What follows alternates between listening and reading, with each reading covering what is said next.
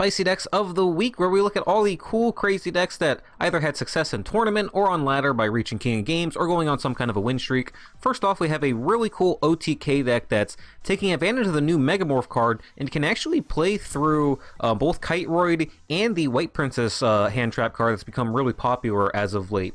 So, Megamorph, new card that's released in Duel Links, but a really old card in Yu-Gi-Oh! One of the oldest cards in the game.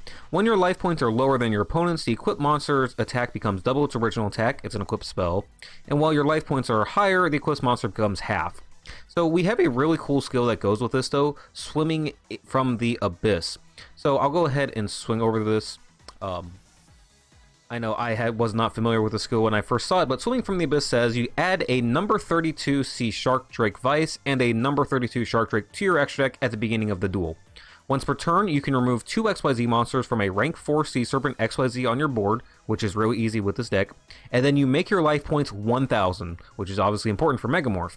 Then, if you XYZ summon a number 32 Shark Drake this turn, you can use it by using that. You can summon it by using that XYZ monster. So you can summon the number 32 Shark Drake, and then immediately using number C32's effect, XYZ summon this card by using the Shark Drake on your board. So the skill basically lets you go to 1000 life points to summon the Shark Drake Vice number C32. And this card's effect says during either player's turn, if your life points are 1000 or less, detach an XYZ material from this card, banish a monster in your grave, and your target a monster opponent's field, and its attack and defense both become 0. So your opponent's monster will have 0 attack points, so it's easy to swing over, and this thing at 2800 attack will be really easy to OTK your opponent then when you combine it with the Megamorph. Megamorph is obviously going to double the attack points of your monster when your life points are lower. You're setting your life points to 1000, so your life points are almost certainly going to be lower. Boom, you're up to 5600 attack points, 5600. Easily OTK your opponent over their 0 attack point monster.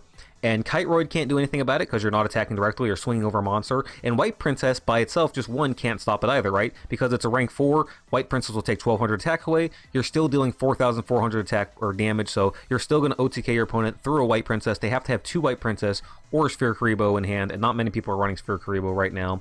You can also do the same thing with the Concentrating Current. It will put your monster over 4000 attack points. You will be vulnerable to White Princess though with that, so the Concentrating Current won't put you over the mark to be able to OTK your opponent through it, but still it is another card you have to be able to swing over your opponent with it. Beyond that, it's pretty much a standard fish deck, plenty of anti-back row, Beautiful Princess goes in the Buzzsaw, which goes into your other fish monsters, which gets you at a rank 4. We have the Whitefish Salvage in here. We're not using the Fish Trap card, but you could throw the Fish Trap card in here too very easily. Or even take out a Concentrating Current and probably put in a TTH as well to go in here. Nonetheless, a really cool deck. Swing from the Abyss is a skill. Going through the deck list real fast, we have 1 Lantern Shark, 3 Buzzsaw Shark, 2 Silent Angler, 3 Beautiful Princess, and 1 Double Fin Shark. We have 2 Megamorph, 2 MST, 3 Cosmic Cyclone, 2 Concentrating Current, and 2 Whitefish Salvage. And then in the extra deck, we have the 2 Abyss Dweller, the 1 number 37 Hope Woven Dragon. Another cool thing about the skill is that the requirement for you is to have 10 water monsters in your main deck that are level 4 or less. It doesn't say anything about your extra deck, so you can run the 1 of Malevolent Sin, the 1 of Steel Swarm Roach, the 1 of Evil Swarm Ouroboros, and the number 18 Heraldry Patriarch, rounding out the extra deck for the fish deck. Next up, I had to talk about the Desperado deck that managed to get in the top 8 in the most recent GGToor. This is no small feat. The DLE GGTours are the biggest tournaments currently in Duel Links beyond the the KC Cup and all that stuff. Over 200 players every other week when they host this thing, $500 prize I believe they still are doing for it. And this managed to get top 8 out of more than 200 players. Desperado making a comeback. Of course, this deck was really good in the past a couple different times. It's taken some hits on the ban list though, some skill nerfs, but still manages to do alright and manages to get top 8 here in this one. Big things that we see different with this one than we've seen in the past, obviously, is a Super Polymerization and the Call of the Haunted, newer cards that have been released into the game here. Super Polymerization, we actually don't really have any monsters in our own deck or extra deck that we use to go into this. This is just for taking away our opponent's monsters, right? We look at the extra deck, we have the Vision here, Adoration in here, we have the DDD monster, we have the Metal Foes monster, so if you play Heroes, DDD, or Metal Foes, you're going to be able to fusion off with their monsters, make your guy for free, and take away 2 of their cards. Really powerful. Also, if your opponent is using a deck that has monster with the same attribute but different types, you can go into the Mud Dragon of the Swamp, or if they're just using Dark or Earth monsters, you might be able to use one of your own monsters and one of theirs to fusion off as well. So plenty of ways to fusion off your opponent's monster with a super polymerization, and I think this is a really cool concept that you might start seeing in a lot of decks that don't use their extra deck really. You know, most decks use their extra deck in some way, whether it's XYZ, Synchro Monsters, whatever. Most decks use their extra deck in some way, but for one, the decks that don't really use their extra deck that often, if you have the room for 3 or 4 cards in your extra deck, yeah, throw in some of these generic fusion monsters, some of these fusion monsters that are specific to the metagame types, and put Super Polymerization in your deck. It's a great way to be able to clean out a monster on your opponent's board, make a big swing in your direction. We also have Call of the Haunted in here, which is you know, it actually goes pretty well with this deck, especially that we're running the Scrap Recycle in here. Scrap Recycler can, you know, dump Desperado directly from our deck to the graveyard, give us a search for a Coinfoot monster, and then give us a target for Call of the Haunted. If you have Desperado in hand, you can dump the Machina Fortress, ditch the Desperado Dragon for the Machina Fortress, get the search, and then bring back the Desperado with the Call of the Haunted. So some really cool tricks there, and I like the sort of Scrap Recycler Call of the Haunted combo, along with the Super Team Buddy Force also being able to bring stuff back as well. So Baggy Sleeves is our skill. If your level 7 or higher monster is destroyed by battle, you get to draw 2 cards during your next draw phase. We have 3 Desperado Barrel Dragon here, 2 Machina Fortress, 1 Twin Barrel Dragon, 1 Arcana Force Temperance, 1 Machina Gear Frame, 1 Card Trooper, 2 Scrap Recycler, 2 Ally of Justice Quarantine. Gotta hate to be a player using a deck full of light monsters against this one. We have 1 Super Polymerization, 2 Call of the Haunted, 1 Karma Cut, 3 Super Team Buddy Force Unite, and then I mentioned the 1 Vision Hero Adoration, the 1 Mud Dragon of the Swamp, 1 Metal Force Orichalc, 1 DDD Dragonbane King Beowulf, 1 Heavy Armor Train Iron Wolf, 1 number 7 Malevolent Sin, and the Phantom Knights of Breaksword. Next up, we have a really interesting fossil deck that is taking really cool use of the Labyrinth Builder skill to put a Labyrinth Wall on the field. So a few things going on here. You notice you're going to have the Infernity Beetle and the Guard Dragon just like a I don't even know how to pronounce that. We have the Guard Dragon monster. It's a tuner. It's a dragon. You can bring it out to the board with Unexpected Die. Infernity Beetle can obviously summon copies of itself from your deck to the field. And if you draw these monsters that you want to have in your deck generally because of their effects and because of Unexpected Die, you can shuffle back in with Labyrinth Builder, which is going to play into the second part of the deck. We're running Fossil Fusion in here, 3 copies of it. We have 1 Weathering Soldier, which is the only rock monster in the deck. And remember, like all of our fusion monsters require us to have a rock monster. Plus usually a monster either on our field or opponent's graveyard.